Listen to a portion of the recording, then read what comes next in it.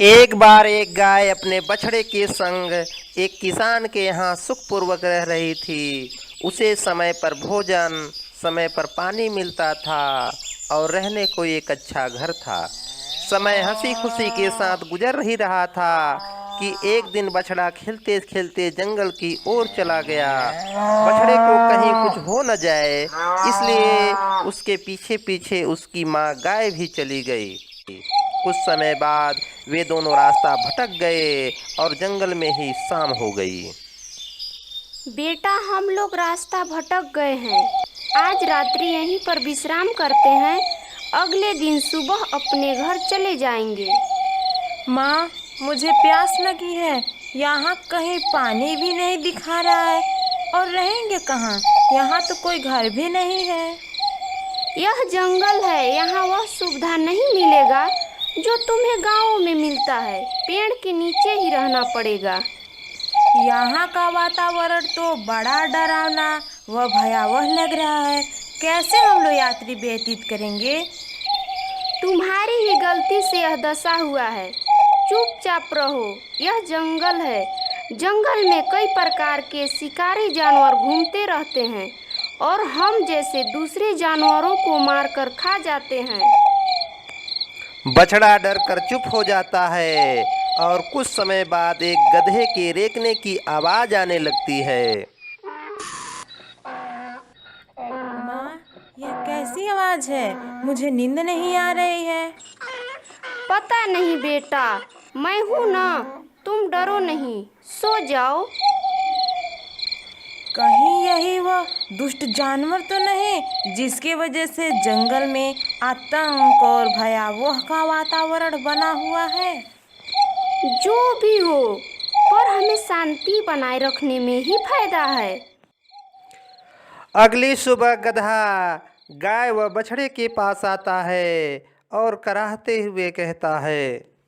बहन, मुझे माफ करना। मैं बूढ़ा तथा रोगी हो गया हूँ, जिसके कारण मैं रात्रि में दर्द से कराह रहा था, सो नहीं सका। शायद मेरी वजह से आप लोग भी नहीं सो सके।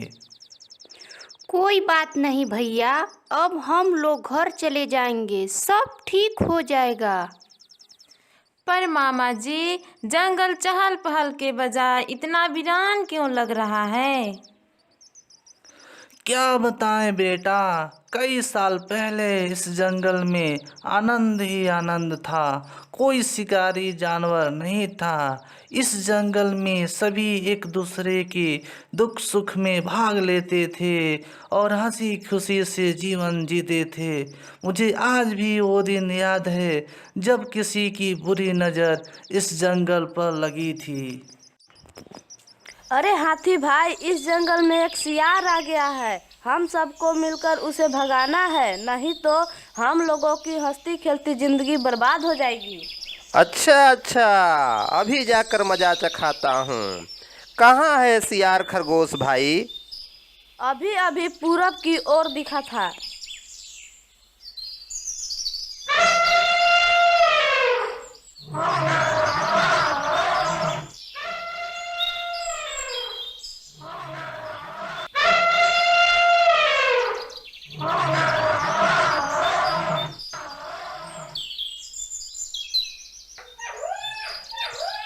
हाथी सियार को मार मार भगा देता है। सियार बुरी तरह घायल हो जाता है और किसी तरह अपनी भागकर जान बचाता है। ओहो, क्या मारा है इस हाथी ने। अब मैं इन सब का बदला लूँगा। मुझे अगर इस जंगल में रहना है तो इन लोगों की दोस्ती तोड़नी पड़ेगी और सबको एक दूसरे का दुश्मन बनाना होगा। फिर बेटा बड़ी मेहनत करके सभी के बीच में सियार जातिवाद, धर्मवाद, क्षेत्रवाद फैला देता है। लोग समझ नहीं पाते और उनके बीच की दोस्ती खत्म हो जाती है। वे कमज़ोर पड़ जाते हैं। फिर बड़ी चालाकी के साथ सियार यहाँ का मुखिया बन जाता है। अब कोई किसी का सहयोग नहीं करता और आज भी इस जंगल में भय और अराजकता का माहौल बना हुआ है। मैं नहीं मानता। कि एक सियार के कारण ऐसा हुआ होगा। मैं मानता हूँ बेटा कि तुम मनुष्यों के बीच रह रहे हो तो थोड़ी बुद्धि तुम में भी होगी, पर शेर बड़ा धूर्त है, उसके सामने तुम्हारा दाल नहीं गलेगा। तो फिर मिलाइए सियार से, मैं देखना चाहता हूँ कि वह कितना धूर्त है। बेटा इस लफड़े में मत पड़ो, हमें घर चलना चाहिए। घर तो चलेंगे ही माँ, पर एक बार यहाँ के जानवरों से मिलकर उनका दुख दूर करना चाहता हूँ। तो बेटा ठीक है, तुम इतना जिद कर रहे हो तो मैं कुछ घंटों में यहाँ के लोगों से मिल। फिर गधा सियार के पास जाता है और पंचायत की बात करता है। कुछ ही समय बाद वहाँ सभी जानवर एकत्र हो जाते हैं और पंचायत चालू हो जाता है। हाँ, तो बताओ गधा, तुम्हें क्या परेशानी है? हुजूर, यह गाय मेरे घर रात्रि में रुकी और सुबह जाने लगी तो मेरा बच्चा अपने साथ बहला फुसला कर ले जाने लगी। मुझे इंसाफ चाहिए, मुझे मेरा बच्चा चाहिए। हाँ, तो तुम बोलो गाय, क्या तुम गधे के बच्चे को सच में बहला फुसला करके अपने साथ ले जा रही थी? नहीं हुजूर, यह मेरा बछड़ा है। गाय, तुम कहती हो कि यह बच्चा मेरा है, गधा कहता है कि यह मेरा बच्चा है। अच्छा तुम बताओ गधा, तुम्हारे पास कोई गवाह है इसको प्रमाणित करने के लिए कि यह बच्चा वास्तव में तुम्हारा ही है? जी हजूर, है ना हमारे पास पड़ोस के लोग। हाँ, तो कोई अन्य गधा बताओ कि बच्चा किसका है। अरे यार, बच्चा तो गाय का ही है, पर बात जाति की है। अगर आज रामू गधा हार गया तो हमारे जाति की नाक कट जाएगी, इसलिए गवाही तो हमें रामू के ही पक्ष में देना होगा। तुम लोग क्या खुसुर फुसुर कर रहे हो? बताते क्यों नहीं कि बच्चा किसका है? हाँ हुजूर, मैं इस बच्चे को तब से जान रहा हूँ जब रामू की पत्नी ने इसको जन्म दी थी। सच में यह बच्चा तो रामू गधे का ही है। हाँ तो गधा, तुम्हारे पास और कोई इसके अलावा गवाह है जो यह बता सके कि यह बच्चा किसका है? जी हजूर, आप ऊँट भाई से भी पूछ लीजिए।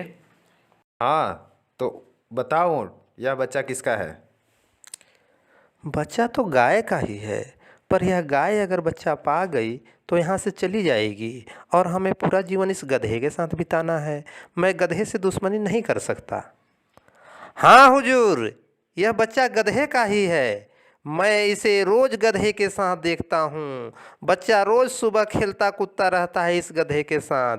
इस गाय को तो इस जंगल में मैं आज पहली बार देख रहा हूँ। हाँ तो गाय, मैं राजा होने के नाते तुम्हें भी यह मौका देता हूँ। तुम्हारे पास कोई गवाह है जो यह बता सके कि यह बच्चा तुम्हारा है? हुजूर, मुझ पर दया कीजिए, यह बच्चा मेरा है। मैं इसके बिन जीवित नहीं रह पाऊंगी और नहीं यह मेरे बिन जीवित रह पाएगा। ये सब बात छोड़ो, अगर कोई गवाह है तो लाओ। नहीं हुजूर, हमारे पास कोई गवाह नहीं है। फिर निर्णय गधे के पक्ष में होता देख गाय गस्त खाकर गिर जाती है और सियार अपना निर्णय सुनाता है। तमाम गवाहों और सबूतों के मद्देनज़र यह पाया गया कि यह बच्चा गधे का ही है और इस बच्चे को गधे के सुपुर्द करने का यह पंचायत निर्णय सुनाती है। सभी ने ताली बजाकर इस निर्णय का स्वागत किया और बच्चे को गधे के सुपुर्द कर सभा भंग किया गया। कुछ समय बाद गाय को होश आ जाता है और वह रोती हुई अपने घर को जाने लगती है। बहन रुको, यह बच्चा तुम्हारी थी और तुम्हारी ही रहेगी। मैं तो केवल इतना कहना चाहता था कि जहाँ मत सत्य असत्य से परे जातिवाद, धर्मवाद, क्षेत्रवाद के तहत दिया जाए, वहाँ का माहौल भय और अराजकता से बना रहेगा। वहाँ कभी विकास संभव नहीं है। तुम ठीक कहते हो भैया। मैं अपने बच्चे के तरफ से गलती स्वीकार करती हूँ और मानती हूँ कि इस जंगल के पतन का कारण यहाँ का मुखिया है। मैं भी अपनी गलती स्वीकार करता हूँ। मामा जी, मुझे इस तरह से बोलना नहीं चाहिए, इसके लिए माफ़ी मांगता हूँ। तो कैसी लगी यह कहानी? अगर ठीक लगी हो तो हमारे चैनल को सब्सक्राइब, लाइक, कमेंट कर हमें प्रेरणा प्रदान करें, जिससे हम और भी अच्छे वीडियो का निर्माण कर सकें तथा दे सके सोच में एक नई दिशा और संस्कार के साथ स्वच्छ मनोरंजन। जय हिंद दोस्तों।